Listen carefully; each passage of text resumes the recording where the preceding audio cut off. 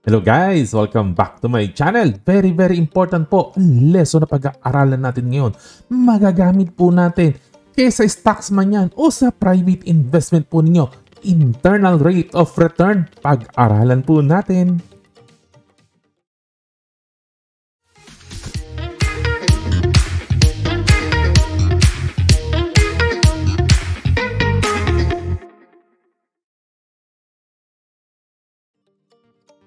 Welcome back. Ayan, actually very excited po ako dito po sa topic po natin, internal rate of return. Matagal ko na pong gustong ituro po ito, no. This is a stock investing basics na po. Of course, always basics po ang importante sa lahat. Okay, ano ba yung internal rate of return? Madalas ginagamit po ito pag nag-evaluate po ng project, lalo na kung marami pong option. Kung gagawa po ng project, may papasukin tayo na project, no? Typically ginagamit po ito ng mga negosyo, no? Pag ini-evaluate po nila yung mga options, ipapaliwanag ko po sa inyo later with examples, no? Pero pwede rin pong gamitin ito sa stock investing. Again, i-explain ko rin po sa inyo. Alright! Ito po ang kanyang definition po, no? Ayan na, kinapi-paste ko lang po dito. IRR if an investment or project is the annualized effective compounded return rate, no? Or rate of return that sets the net present value NPV of all cash flows, both positive and negative from the investment equal to zero. Alright, nakakadugo ng ilong. Papadaliin po natin. Dadali po natin, wag po kayo mag-alala. Okay, bibigyan ko na lang po kayo ng example para mas maintindihan po ninyo. Isipin nyo na lang po, no, developer po tayo ng condo, gagawa po tayo ng building ng condo, no, at maglalabas tayo ng pera, kapital, no, 1 billion, gagawa tayo ng condominium, 1 billion pesos, ilalabas natin, mamumuhunan po tayo, alright. So, paglabas po natin yan, habang ginagawa natin yung project at pag ginawa po natin yung project na yan, may papasok po na pera. Of course, may babalik. Kung walang babalik na pera, hindi po natin gagawin yan. Ang loko-loko. Okay, so sa future po, maraming papasok na pera. Ang problema lang po, yung pera po na yan, hindi po sabay-sabay papasok, no? Dahan-dahan lang pong papasok yan, no? Stagnant through the years. Kasi ganoon naman ng mga project, di naman pagkagawa mo, balik agad. Syempre, yung mga bibili niyan, dahan-dahan lang yung mga kondo, dahan-dahan lang magbabayad. And also, yung cash flow na makukuha po natin sa mga project is finite. Ano ibig sabihin ng finite? May katapusan. Siyempre, pag nabenta mo na lahat ng unit sa kondo, wala nang papasok na pera sa'yo. Tapos na, okay? Bye. Okay, so yung pag nabenta mo, kung halimbawa 1,000 units yun, 1,000 na kwarto, no, ang ibebenta mo na kondo. Pag nabenta mo na lahat, tapos na yung cash flow na makukuha mo, no, doon sa kondo na tinayo po natin. O, halimbawa lang po, no, bigyan lang po natin ng example na 5 taon tayo makakatanggap ng cash flow dito sa project na to. On year 1, no, sa unang taon, makakabenta tayo ng 400 million ang papasok na pera sa atin. Siyempre, hindi pa naman gawa yung condo, binibuild pa lang natin yan. So medyo pre-selling, konti pa lang yung mga bibili ng condo natin, konti pa lang. Tapos habang nakikita ng mga tao na natatayo na maraming floors na, no, yung pangalawang taon 600 million, pangatlong taon talagang tapos na no? Patapos na talaga 700 million kasi marami nang gustong pumasok, no? And by year 4, konti na lang yung units mo, 400 million na lang, and on year 5 talagang last na units na to, no, na bebenta mo 300 million, yung huling-huling cash flow na makukuha mo po dito sa ating project, no. So all in all, 2.4 billion po, no, ang ating makokolekta na cash flow against yung 1 billion na lumabas na pera. 2.4 billion yung pumasok na pera. Kaya lang po yung 2.4 billion po na to, hindi po sabay-sabay papasok yung pera po na to. So dito po papasok ang IRR. Sinasagot po ni IRR yung question na ano ang return rate? Ano yung return na makukuha natin doon sa ating capital, no, na invest natin? Compound annual return rate na makukuha natin doon sa pera natin. Ano ang naging interest ng capital po natin? Yun ang ibig ko pong sabihin. Kasi yung 2.4 billion yan, mahirap kasi, no? Hindi kasi sabay-sabay yung pera, no? Iba-ibang taon siyang pumasok. Eh, alam naman po natin, no, na yung time value of money, hindi po pare-pareha siya. Bawat taon nagde-devalue po ang pera po natin, no? Alright. So, hindi ko na po i-explain po, no, yung deep na mathematics po nito. Although gusto ko sanang i-explain, no, kaya lang syempre, no, ayaw natin paduguan ng ilong kasi meron namang Excel, no. So kaysa Google Sheet po natin gamitin po ito, or dito po sa Excel sa baba, parehas lang po ang formula. Ang formula po nito ay IRR lang po, at i-plot lang po natin lahat ng cash flow, no. So dito po sa unang-unang column po, dito natin ipapasok yung nilabas natin pera, 1 billion, no? Tapos year 1, 400 million, yun nasa susunod. Tapos year 2, 600 million ipapasok din po natin dito, no? Year 3, 700 million ipapasok po natin dito. At year 4 and year 5. So, ilalagay lang natin lahat ng cash flow po dyan. Tapos, hayaan na po natin si Google Sheet, no, o si Excel na lang po mag-compute. So, pag pinlat po natin ito, yun lang po, ipasok mo lang po lahat ng column na yan, no, IRR. Tapos lahat ng column, isaksak mo doon, ibibigay na niya sa'yo yung interest na kikitain mo, 40%. Ganun lang po kasimple po yun. Siya na po ang magsasabi sa inyo, no, 40% ang kikitain mo na annual compounded return rate. Kung ano man na jumble na sa dila ko yung mga terminology. Pero yan, pag pinasok mo yung project na yan, 40% per year, no, ang annual returns na makukuha mo. Maliwanag po ba? Ganun lang po kasimple po yan. So bakit importante po ang IRR analysis sa mga project? Kasi po, ginagamit po ito pag nag-i-evaluate po ang mga negosyo kapag marami po silang pagpipilian. Siyempre po nung marami. Halimbawa, saan ako magbibuild ng project? Dito ba? O doon? O dyan? Sa Makati ba? Sa Ortigas? Sa Quezon City?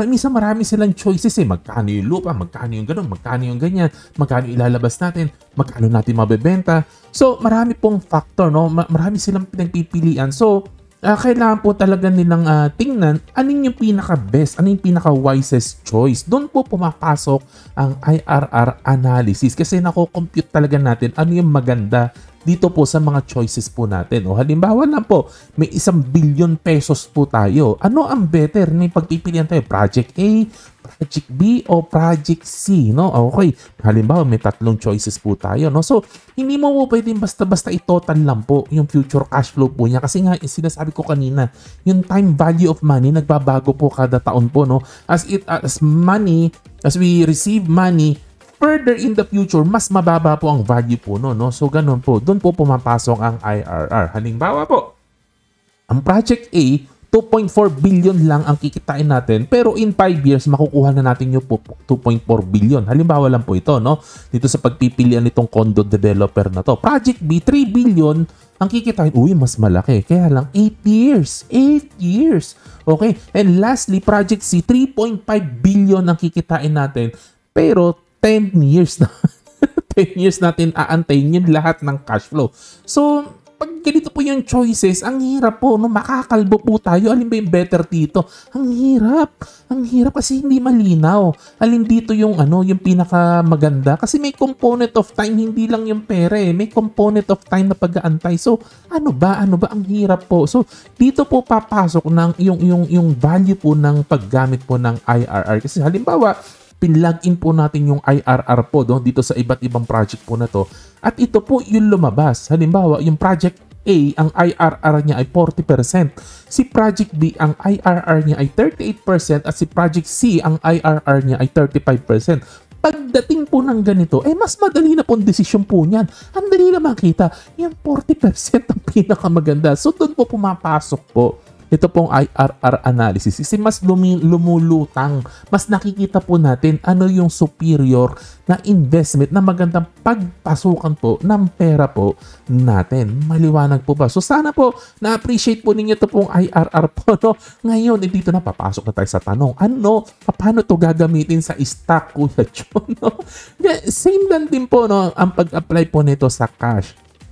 Ipo-project po natin ang lahat ng cash flow. Palabas na pera at papasok na pera, lahat po yan, no? At ipa-plot po natin sa Excel o Google Sheet kung saan man ninyo gusto. Okay, para ma-evaluate po natin ang IRR, no? Halimbawa, bibigyan ko lang po kayo ng example.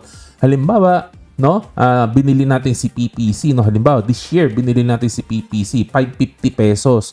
Tapos bumili tayo ng 10,000 shares. 10,000 shares, no? May konting pera tayo. 10,000 shares, 550 per share. Magkano lahat ang puhunan natin? 55,000 ang puhunan po natin. So ipa-plot po natin yun sa year 0, 55,000. Kaya lang negative kasi nilabas natin yung pera, no? Bumili tayo eh. Lumabas yung pera, nag-invest po tayo. So yun po yung year 0. After nun, mag-aantay na po tayo. Ano ang mangyayari sa year 1, year 2, year 3, year 4, year 5? Ano yung cash flow na matatanggap ko dyan? Ano ba yung cash flow na matatanggap mo bilang stock investor? Eh di syempre, dividends. Dividends po. So sa year 1, ito po yung historical po na dividends na pinamigay ni PPC, no? So mag-project lang po tayo ng konti. Halimbawa, exercise lang po, no? Pero sa actual po, syempre kailangan po may intelligent na na pag-project po ng dividends, no? So just for the sake of exercise, no, na hindi ko sinasabing ito yung magiging dividends si PPC, pero let's just say, no, na next year 40 cents ang pamimigay ni PPC. And then the following year 45, and then next year 50, next year 55, at yung sa pang last na taon po ay 60 cents per share, no? Eh may 10,000 shares po tayo. So, ibig pong sabihin next year we expect na makakatanggap po tayo ng 4,000 pesos, no? Tama ba yung math ko? Oo, 4,000. Biglang nagduda. 4,000 pesos po na dividends, no? And then next year 4,500, and then 5,000, no, na dividends, no? And then 5,500 at 6,000. Ayun po ang mga cash flow po natin. So ipapasok po natin ito yung sa mga future cash flow po natin, no? Ikakopya nyo lang sa year 1, year 2, year 3, year 4, year 5. Yung lahat ng dividends na makukuha po natin. Maliwanag po ba? Kaya lang hindi pa po ito tapos kasi hindi lang naman yun yung magiging cash flow po natin, no? So let's assume, no, on year 5, pag dating ng ika-5 taon, ayaw ko na kay PPC, ibebenta ko na siya. So magpo-project ka na naman po, no, kung magkano po natin mabebenta si PPC by that time. So let's just say, no, for the sake of conversation lang po, no, na we project na mabebenta natin at 10 pesos per share, no, after 5 years, no, ito si PPC, eh may 10,000 shares nga po tayo, di ba? So times 10 pesos, so 100,000 pesos ang mabebenta po natin yung position po natin kay PPC after 5 years. So, idadagdag po natin yon sa panghuling taon. Kasi sa unang taon po, nakatanggap tayo ng 4,000, tapos 4,500, tapos 5,500, at 6,000. Tama po ba? Eh, binenta din natin. So, may papasok po sa ating pera na 100,000. So, sa year 5, bukod po sa dividends na 6,000, ay makakatanggap din po tayo ng 100,000 kasi ibebenta na po natin ang lahat ng posisyon natin kay PPC. So 106,000 po, no, sa huling-huling taon. Kailangan po talaga terminal po, no, finite po siya bago po natin magamit ang IRR. So ayun na po, kumpleto na po ang ating cash flow, no, negative 55,000, 4,455, 55 at 106,000. Pwede na po nating i-plug in po yan sa ating Excel at gamitin po natin yung formula. Ang lalabas po dito ay kikita po tayo ng 20%. 20% po ang returns po natin sa investment po na to in 5 years. Alright. So, yun lang po, no. Kaya lang syempre po, no, ang weakness po ng IRR, hindi ko na po nagawa ng slide po, no. Ang weakness po ng IRR syempre is nagde-depend po siya, no, sa mga projections po. And of course, syempre ang projections po ay syempre, may halong hula po yan. Kasi hindi naman natin alam anong mangyayari sa future. So, yun po yung weakness po niya. Kasi maaaring yung projection po natin ay hindi magkatotoo. Pero assuming po na magkatotoo po, eh, magagamit pa rin po ito, no? This is very, very useful po, no? Kasi kahit wala po tayong pinagpipilian po na stock, kasi kailangan po, kahit wala po tayong pinagpipilian na stock, kailangan po may standard po tayong sineset para po sa atin. Bago natin pasukin ang isang investment, dapat po may standard po tayo. Yun nga lang, jojowain mo, may standard. Kaya lalo na po sa pera, kailangan may standard ka rin po, no? Hindi naman jojowain mo, kailangan 5'10", kailangan maputi, kailangan ganyan, maganda ang tindig, kailangan walang tiyan, kailangan may buhok, hindi kalbo, ganon. So, kailangan din sa stock, ganon, may standard tayo. Halimbawa, ang standard natin, 10%, dapat at least 10% ang kikinain ko per year. Ayun, doon mo magagamit ng IRR. Kasi pag in-IRR mo siya, makikita mo magkano kikitain mo. Halimbawa, lilitaw doon, 8%. Ay, ayoko yan, reject yan. 8% lang. 8% magpapag-ibig MP2 na lang ako. Papakasakit pa ako ng ulo sa stock na gaganong. Tapos may stress pa ako. Tapos 8% lang, MP2 na lang ako. Ayun, di ba? Kaya may standard ganun po, no? Ngayon, pag nakita mo 10%, uy, pasok sa standard ko. Pwede.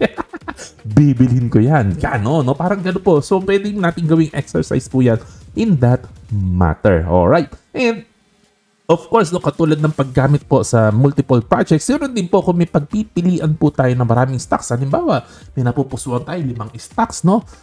Sa portfolio natin. Pero hindi natin alam anong weight, no, gagawin po natin. So, pwede natin gawin, no? Na basis po ito kung paano natin i-adjust yung weights natin, no? Yung mga gusto natin mga stocks, halimbawa 5 yan o 10, computein mo yung IRR ng bawat isa nun, no?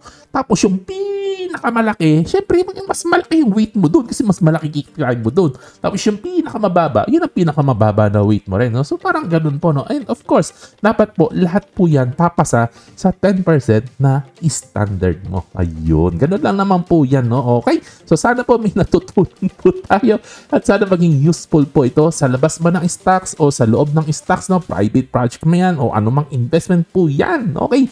Ayun lang naman ang daldana natin yun. Salamat sa pakikinig po niyo. Basahin na lang mga disclaimer, like, share, subscribe. At kung may mali man sa explanation ng IRR, no?